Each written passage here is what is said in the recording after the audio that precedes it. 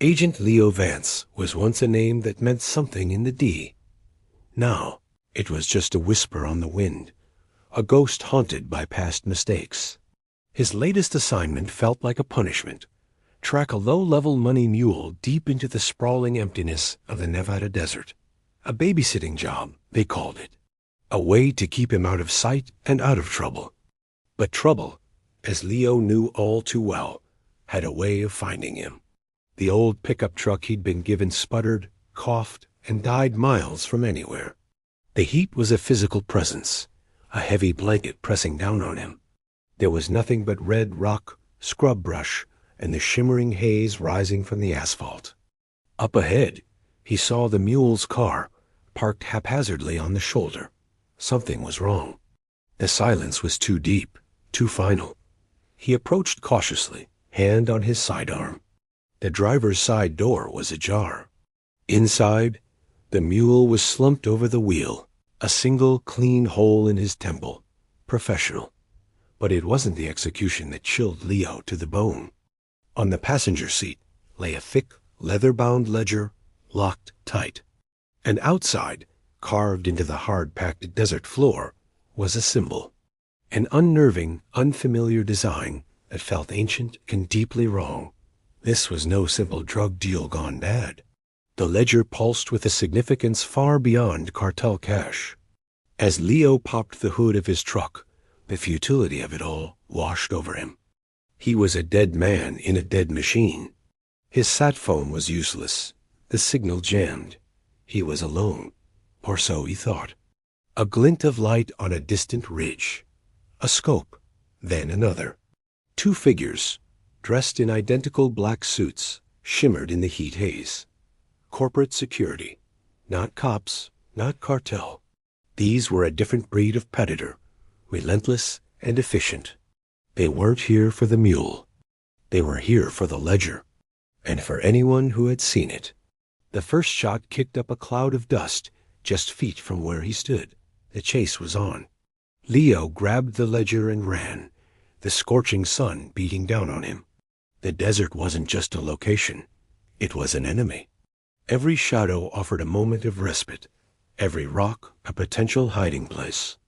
The air was thin and dry, each breath a struggle. His water was already running low.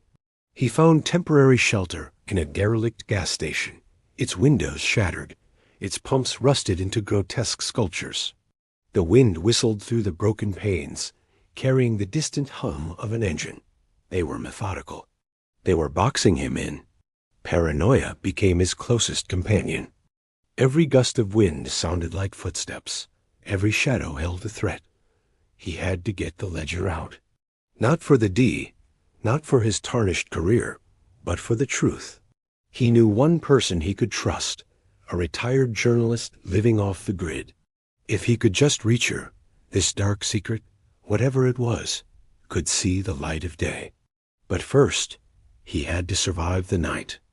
As dusk painted the sky in shades of orange and purple, the temperature dropped, but the tension only rose.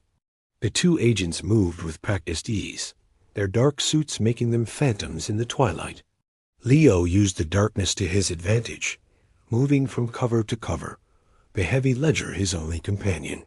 He was a hunter by trade, but now he was the prey. He stumbled upon it by accident, a rusted fence line with faded signs warning of a restricted military zone. Area 52, the locals called it, a place of whispers and conspiracy theories. The symbol carved in the dirt suddenly clicked into place. This wasn't about drug money. It was about a military cover-up, something so big they would kill to keep it buried. The ledger in his hands was the key. Near the fence, half swallowed by the desert, was the entrance to an abandoned missile silo. A relic of the Cold War, a concrete tomb waiting to be filled. It was a death trap. But it was also his only chance. He slipped inside, the cool, stale air a welcome shock after the oppressive heat. The silo was a labyrinth of decaying metal and crumbling concrete. He moved through the darkness, his senses on high alert. He could hear them above, their footsteps echoing on the silo's massive blast door. They were coming in. He found a control panel, its wires frayed but still connected. An idea, desperate and dangerous, began to form. He let them see him, a fleeting shadow in the beam of their flashlights. He led them deeper into the silo's treacherous bowels, down catwalks that groaned under their weight, through corridors slick with decades of grime. It was a deadly game of cat and mouse, played out in a concrete coffin. He positioned himself near a series of support beams, his hand hovering over a rusted emergency release lever. He could hear their clipped, professional voices getting closer. They were splitting up, trying to corner him. Exactly as he'd hoped. As one of the agents crossed a structurally compromised section of the floor, Leo pulled the lever. The sound was deafening. A screech of tortured metal, a roar of collapsing concrete. The catwalk gave way, and the agent fell into the darkness below, his scream cut short by the impact. The second agent, caught in the chain reaction, was crushed by a falling section of the silo wall.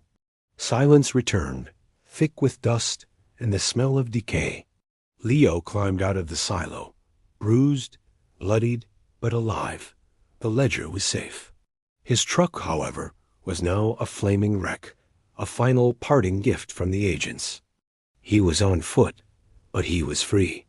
In the distance, the first lights of a small border town shimmered like a promise. He started walking.